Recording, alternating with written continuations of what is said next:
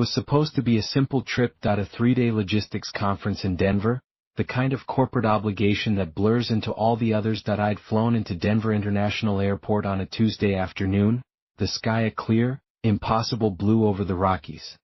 The only thing I was dreading was the boredom.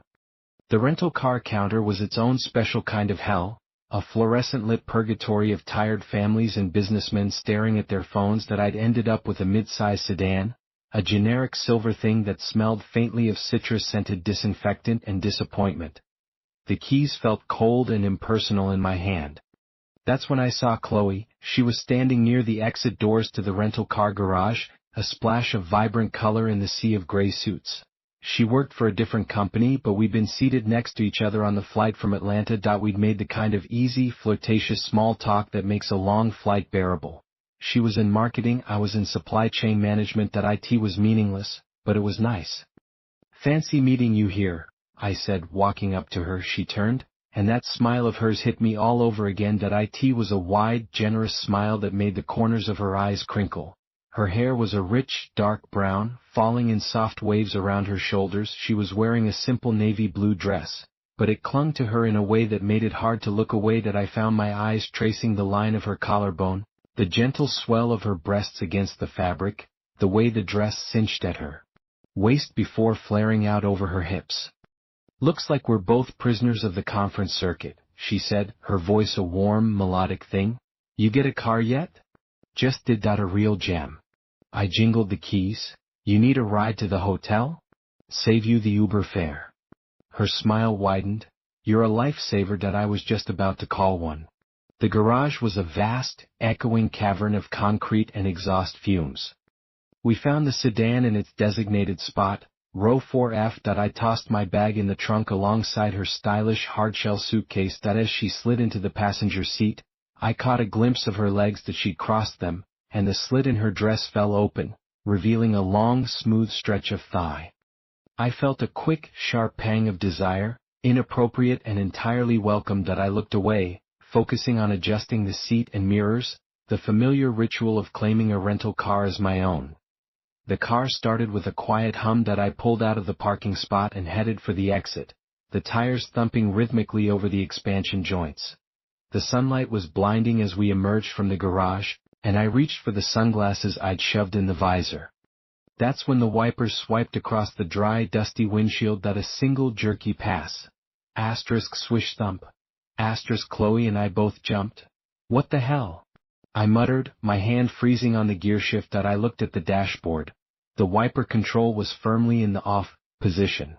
The sky above was that same pristine, cloudless blue. "Weird," Chloe said, a little laugh in her voice. "Ghost in the machine." "Must be a short," I said, more to reassure myself than her. I'd had rentals with gremlins before. A trunk that wouldn't open, a radio that only picked up evangelical talk shows. This was just another quirk. I put it out of my mind. We merged onto Pena Boulevard, the long straight shot from the airport to the city. The conversation was easy, flowing from work complaints to favorite restaurants back home. I was hyper-aware of her presence beside me.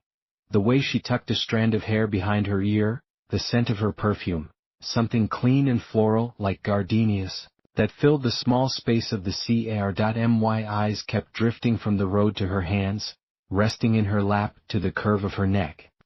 And then it happened again. We were halfway to the city, the bizarre blue-horned demon horse statue, Lucifer, the locals called it, looming in the rearview mirror.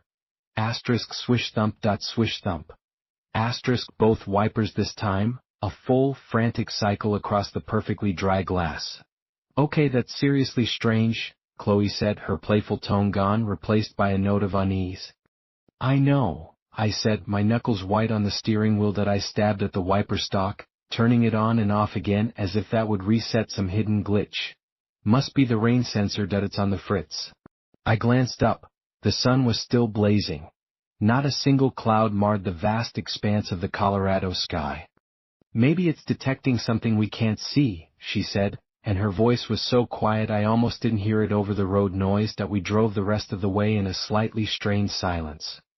The wipers didn't move again. By the time we pulled under the porte cochere of the downtown hotel, the incident felt distant, a minor oddity to be forgotten. We checked in, made plans to meet for a drink after we'd settled in, and went to our separate rooms.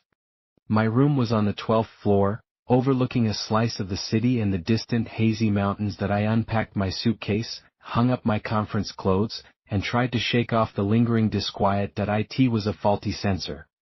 That was all. That I took a shower, the hot water washing away the grime of travel, and as I thought about meeting Chloe later, the weirdness with the car faded, replaced by a low thrum of anticipation. The first night was normal. That we had drinks at the hotel bar, a dimly lit place with overpriced whiskey and comfortable chairs.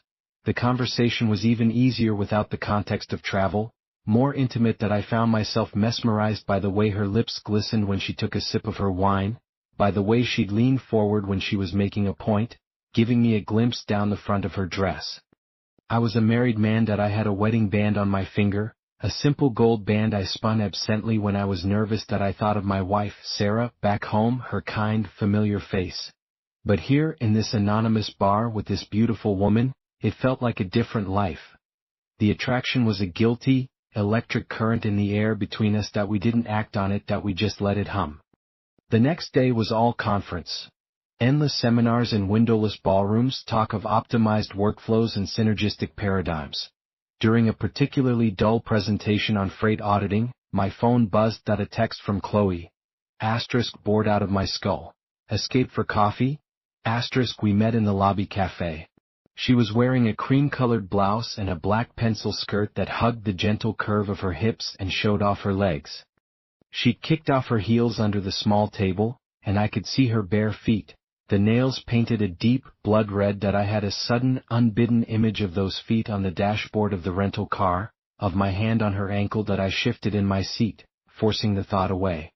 "So," she said, stirring her latte, "the phantom wipers, any theories?" I laughed. I'd forgotten about that. Probably just a loose connection. "I looked it up last night," she said, her voice dropping. "Just for fun. There are forums, you know? People talking about the conspiracy stuff?" I said. "The underground bunkers and the Illuminati? Come on." "Not just that," she said, leaning in. Her perfume was intoxicating. "There's a lot of weird stories about that airport, and a surprising number of them mention the rental cars, specifically the wipers." A cold trickle of unease dripped down my spine, despite the warmth of the coffee. "What kind of stories?" "Stories about them coming on when there's no rain, when the sky is clear. Like they're anticipating something. Sensing a storm that isn't there yet." "That's ridiculous," I said, but my voice lacked conviction. That I remembered the jerky, insistent motion of the blades on the dry glass. Swish thump, star. "Is it?" she asked, her eyes holding mine. "This whole place was built on a ton of weird symbolism. They had to bury 2 gargantuan horse statues because the artist died when a piece of one fell on him. That blue horse out front? It killed its creator. Maybe some things carry a weight. An echo." We went back to the seminars, but her words stayed with me, a seed of disquiet taking root. The rest of the day passed in a blur. We had dinner with a larger group from the conference, but my attention was solely on Chloe, the way she laughed, the way her hand brushed against mine when she reached for the salt, the way her chest rose and fell when she breathed. The desire was becoming a constant, low-grade distraction, intertwined now with a growing, nebulous dread. The following day was our last. The conference ended at noon. We had a few hours to kill before we needed to head back to the airport for our evening flights. The plan was to grab lunch, then maybe visit the Red Rocks Amphitheater. We walked out to the rental car, parked in the hotel's underground garage. The moment I unlocked it, I felt a prickle on the back of my neck. Something was off. I opened the driver's door and stopped cold. On the passenger seat was a small, crumpled fast food napkin. It hadn't been there before. I was a fastidious renter. I always cleared the car of my trash. "You forget something?" Chloe asked, sliding into her seat. "No," I said, my voice tight. I picked up the napkin. It was cheap, white paper, the kind you get from a roadside burger joint. There was writing on it, in a spidery, hurried script, done with a ballpoint pen that had skipped and bled. "He sees the water in the air." Chloe took it from my hand. "What the hell does that mean?" "I have no idea." I looked around the dim, concrete garage. It was silent except for the hum of a distant ventilation fan. That we were alone. Maybe the cleaning crew dropped it. A cleaning crew that leaves cryptic notes, she said, her brow furrowed. She held the napkin up to the light. This is creepy, Mark. Hearing her say my name, with that note of fear in her voice, did something to me. It mixed protectiveness with that raw, physical attraction. I wanted to pull her to me, to feel her body against mine, to shield her from this nameless unease. Instead, I crumpled the napkin and shoved it in the door pocket. It's nothing, I said, starting the car. Let's just go. We drove out of the garage and into the daylight. The sky was still clear, but the air felt different. Heavier, there was a strange metallic taste to it, like the smell before a thunderstorm, but without the humidity. It was dry and sharp. We were stopped at a traffic light when I saw him for the first time. He was standing on the corner, a tall, gaunt man in a long dark coat that was too heavy for the weather. He was just staring. Not at the traffic, not at the buildings. He seemed to be staring at a point in the empty air above our car. His face was pale and deeply lined, his hair a greasy, gray-streaked black. But it was his eyes that held me. They were wide, unblinking, and a pale, milky blue like faded denim. The light changed. The car behind us honked. I jerked my foot off the brake and sped through the intersection. In the rearview mirror, I saw the man turn his head, his gaze tracking our car until we turned a corner and he was lost from sight. You okay? Chloe asked. You're gripping that wheel like you're trying to strangle it. Did you see that guy? I asked, my voice shaky. On the corner? She shook her head. I was looking at my phone. What guy? I didn't answer. My heart was hammering against my ribs. I told myself it was just a weirdo. Every city has them. Denver was no different. We got lunch at a brew pub, but my appetite was gone. I picked at my burger, my mind replaying the image of the man's vacant, staring eyes. Chloe tried to keep the conversation light, but I could see the tension in her shoulders, in the way she kept glancing out the window. We should probably start heading back to the airport, I said finally, pushing my plate away. Return the car, get through security. She nodded, relief flashing in her eyes. Yet I think I've had enough of Denver for a while. We got back in the sedan. I pulled out of the parking spot. The wipers did it again. Asterisk swish thump. Swish thump. Swish thump. Asterisk 3 frantic, desperate cycles. God damn it. I shouted, slamming my palm against the steering wheel. Chloe didn't say anything. She just stared out the windshield at the relentlessly blue sky, her arms crossed tightly over her chest, as if she were cold. We merged onto Pena Boulevard, the airport coming into view in the distance, its white tent-like peaks looking like a strange, snow-covered mountain range. The traffic was light. The sun was bright. Everything was normal. And yet, everything felt wrong. The air in the car was thick, charged with a silent, screaming tension.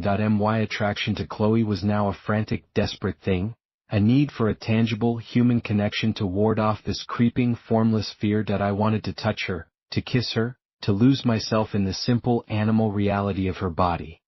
That's when I saw him again. He was standing on the wide, grassy median of the boulevard, the same gaunt man in the dark coat, just standing there, motionless, his pale eyes fixed on our approaching car. It was impossible. We were miles from where I'd seen him downtown.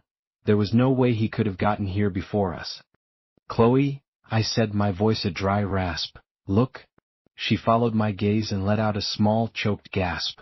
Oh my God, did I ask that? As we shot past him at 60 miles an hour, his head turned, slow and precise like a tracking dish, following our trajectory. And then he smiled. It wasn't a friendly smile. It was a grimace of broken, yellowed teeth, a rictus of knowing that made my blood run cold. The wipers went crazy. They weren't cycling anymore. They were just on, a continuous screaming sweep across the glass, back and forth at their highest speed. The dry rubber screeched and juddered against the windshield, leaving faint, dusty smears. Turn them off. Chloe yelled, her hands over her ears. I'm trying. I was frantically twisting the stalk, pounding the dashboard. Nothing worked. The controls were dead. The wipers had a life of their own. And then I saw it on the windshield, in the smears left by the frantic blades. A pattern began to form. It wasn't water. It was a fine, almost invisible dust that had been on the glass, now being organized by the wiper's path. they were writing something. He sees swims in the air. My breath caught in my throat that I felt dizzy. The car swerved slightly and I jerked it back into my lane. Chloe was crying now, soft, terrified sobs. What does it mean, Mark? What does he see? I didn't have an answer. All I had was a cold, absolute certainty that the man was not a man, and the storm was not a storm, that he was seeing something else, something hanging in the empty, dry air around us, something the car could sense but we were blind to. We reached the airport rental, returned that I drove into the echoing garage, the screeching wipers amplifying tenfold in the enclosed space. Attendants looked up, startled, as we sped past them to our designated return aisle. That I slammed the car into park and yanked the key from the ignition. The wipers stopped instantly, frozen mid-swipe.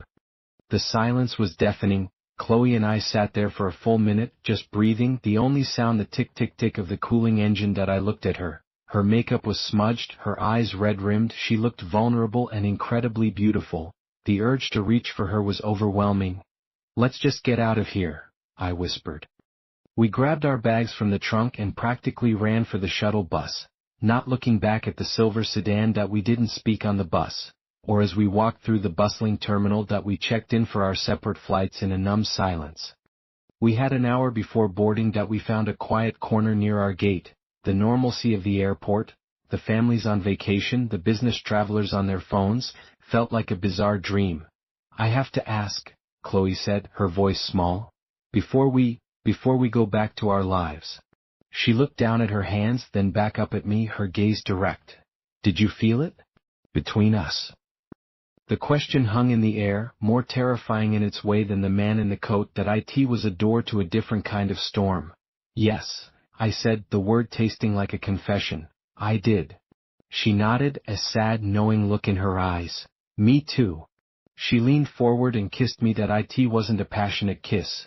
It was soft and final, and tasted of salt and fear. When she pulled away, I saw a flicker of something over her shoulder. Down the concourse, standing near a Hudson News, was the man. That he wasn't.